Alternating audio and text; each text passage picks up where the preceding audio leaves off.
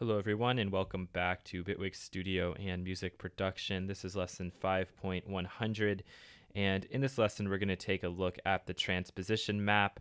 This is something that I never use, but it can be helpful if you want to create your own kind of pitch collection or something along those lines. That's what it can be used for. So when you're in here and you're working with the diatonic transposer and these just aren't enough, you want to make your own mode or crazy scale, you can use this, or you could also use it to try to create the pentatonic scale. That's something you could do very easily. I'm surprised they don't have that in here as a preset, but that's something you could also consider doing. We won't do it in this video, but it would only take you a few minutes once you figure out how this is working. Okay, so first things first, we have the input control here. So this works like a lot of the other note effects. If I'm playing a C, I can pull it both up and down an octave, or anywhere in between. For the most part, you're probably going to leave that at 0. Let's skip over the octave and talk about the root position here. Really, what this is corresponding to is, what is this first dial going to respond to? Right now, since this is C, if I pull this up,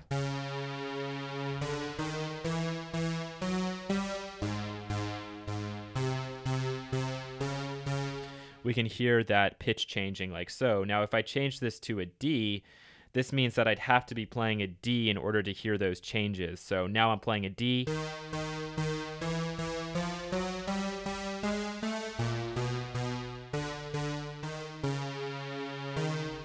Like so. So let's change that back to C for right now, but just keep in mind, if you want to start from an E or a G, make that change at the beginning and then always make sure to play up and down from that point. Okay, so how is this working? Well, first thing I'm going to do is switch this octave to down. So if you think about it, when you're playing up and down the octave, there is like a midway point. Okay, so if we're playing C, D, E, F, G, somewhere around the G is the midway point, whatever it is, 6 notes, 1, 2, 3, 4, 5, 6.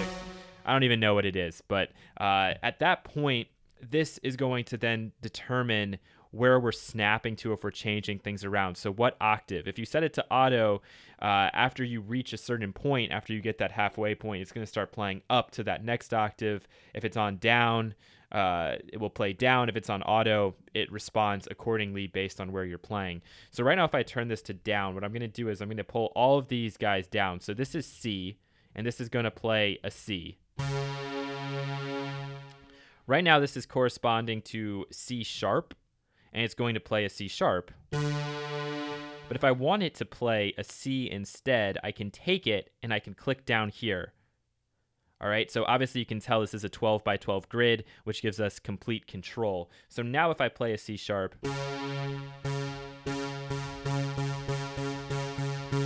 I'm also playing a C. I can go up to a D and I can pull that down to a C as well.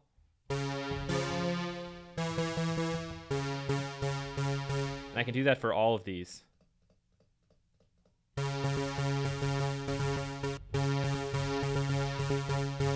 So now anywhere I play on the keyboard in the octave range is going to play a C. When I get up to my next octave range, it's still going to play all Cs, but it's going to be an octave above. And let's just take a look at what happens if we record this clip, which is just playing all 12 notes.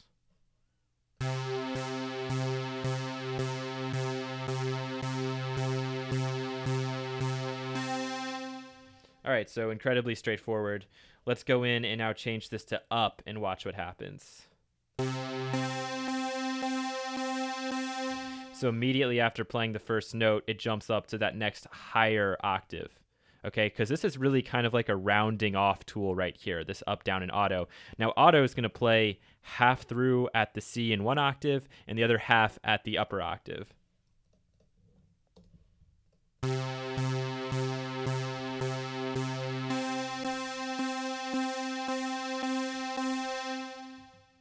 Okay, so it's really very simple.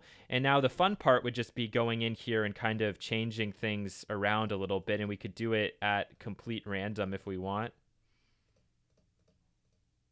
And now let's just see what that gives us.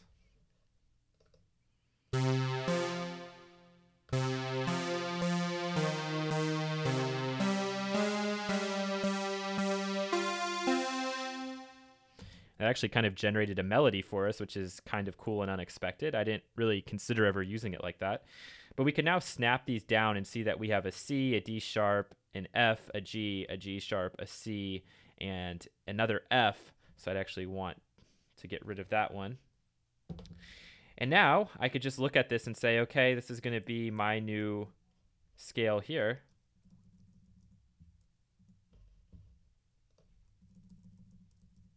In fact, I don't even have to go through all that hassle. I can just delete everything. And I could just double click in like so and say, okay, these are the notes that I'm going to use, even if it's just 1, 2, 3, 4, 5. I could pull it up on here.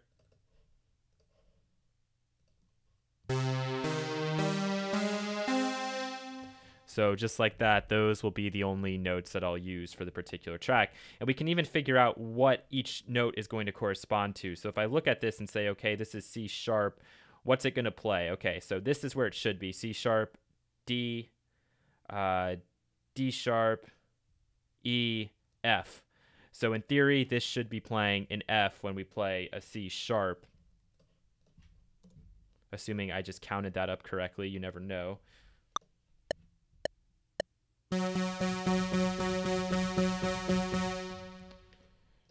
Okay, so we have C sharp and we have F.